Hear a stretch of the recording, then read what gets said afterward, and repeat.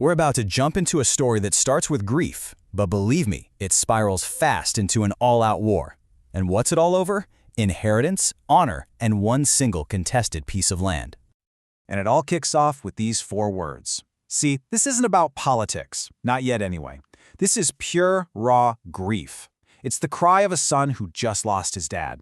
You've got Joseph, right? The second most powerful man in Egypt, and he is just broken, brought to his knees by this one, simple, heartbreaking cry. Okay, so this private moment of sorrow, it doesn't stay private for long. It explodes into this massive public spectacle. We're not talking about one man's tears anymore. We're talking about an entire nation. So picture this. It's immediate, it's visceral. Joseph just collapses onto his father's body. And that grief, it's like a shockwave. It just radiates out, hitting everyone in his household. Wives, sons, servants, literally everyone gets swept up in this incredible wave of loss. And look, this was not some quiet, behind-closed-doors kind of sadness. The sons of Jacob go all in with the ancient rituals of mourning. They're tearing their clothes, they're wearing sackcloth around their waists, and just so you know, that's this super rough, uncomfortable fabric meant to show just how much pain you're in. They're even throwing dust up into the sky. These aren't just traditions, they are massive public statements about how devastated they are on the inside. And it doesn't stop with the family. Oh no, this thing spreads. For 70 straight days, a kind of hush falls over all of Egypt. The entire nation, from the people in Goshen all the way to women traveling from Canaan, they all join in this huge, extended period of mourning for Jacob. 70 days. Now, a huge chunk of this time was dedicated to something really sacred and, honestly, pretty intense. For 40 of those 70 days, they were embalming Jacob's body. We're talking about the famous Egyptian art of preservation, using things like myrrh, frankincense, all these incredible perfumes. This was a massive deal, an honor that was usually only for the absolute top dogs in the kingdom. All right, so the official mourning period comes to an end. But if you think the story's over, you are mistaken. This is where things really kick into high gear. All that quiet sadness, it's about to be replaced by an unbelievable show of power. So Joseph has to go to Pharaoh to get permission to bury his father back in Canaan. And Pharaoh doesn't just say yes, he issues this absolutely stunning decree. This is not a friendly invitation, folks. It's a command. If you don't go, you're done. Jacob's burial just became an official affair of the state, with the full, unquestionable power of Pharaoh behind it. And what comes next is, well, it's this massive, almost unbelievable parade. Seriously, try to imagine this. You've got servants up ahead, scattering perfumes on the road to make it fragrant. Jacob's casket, his bier, is made of pure gold, and it's being carried by his own sons.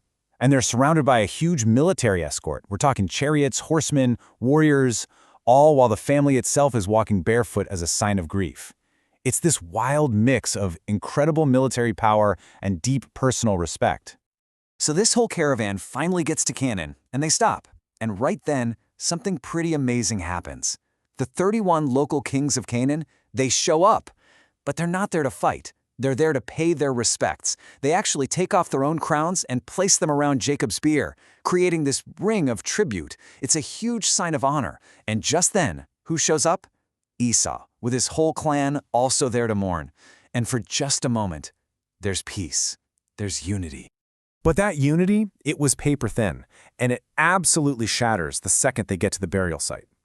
The solemn journey is officially over, and a conflict that's been simmering for decades is about to just explode. This is it. Esau and his sons step forward and block the entrance to the cave. They flat out say, Jacob will not be buried here. This belongs to us. Just like that, all that shared grief is gone. It's replaced by this aggressive claim of ownership, and this massive procession grinds to a complete stop. So here's the core of the fight, right? It's a total he said. Joseph is adamant. My father legally bought this land 25 years ago. We have a sealed deed to prove it. But Esau, he's just like, nope, never happened. This is our ancestral inheritance. So you have one side arguing law and contracts and the other side arguing blood and birthright. Okay, so to prove his point, Joseph needs evidence. He sends Naphtali, who's known for being as swift as a stag, on this desperate race back to Egypt. His one job, get the deeds, get the proof. Everything, and I mean everything, is now riding on how fast this one guy can run. The tension is just insane. The proof is coming, but is it going to get there before all hell breaks loose? Spoiler alert, it won't. This standoff is about to erupt into a full-blown battle. And it's not really about the land anymore, is it? It's about the entire legacy of these two families. See, Esau's not stupid. He knows the clock is ticking. The second Naphtali gets back with those deeds, his whole claim is exposed as a lie. He can't let that happen. So, before the proof can arrive, he makes his move. The argument is over. The fight is on. In that first clash, it is brutal, and it is over fast. Jacob's sons, with all those Egyptian warriors backing them up, are just on another level. The power difference is immediately obvious. 40 of Esau's men go down. And on Jacob's side, 0 casualties. But then, out of all this chaos, the most unlikely hero steps up. His name is Chushim. He's Dan's son, and he's deaf and mute. So he can't hear the arguments, he can't hear the sounds of battle. But he feels it. He senses on this deep, instinctual level that a great injustice is happening. His grandfather's burial is being delayed, and that is just not right. And that's all he needs. Driven by this pure sense of honor, Chushim just acts. He rushes forward, straight into the fight, straight for Esau. And with one single decisive sword stroke, Esau falls. The entire battle just pivots on this one moment. The leader is down, and the will to fight just shatters. So Jacob is finally peacefully buried in the cave, but it's not over. Esau's sons, furious, declare a second war to avenge their father. But the result? Even worse for them. This time, 80 of their men are killed. And again, not a single loss for Jacob's sons.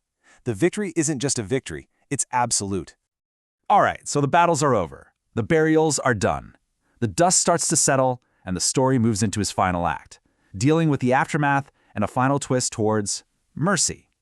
Joseph himself leads the counterattack, and he captures a major player, Zipho, Esau's grandson, who is this incredibly fierce warrior.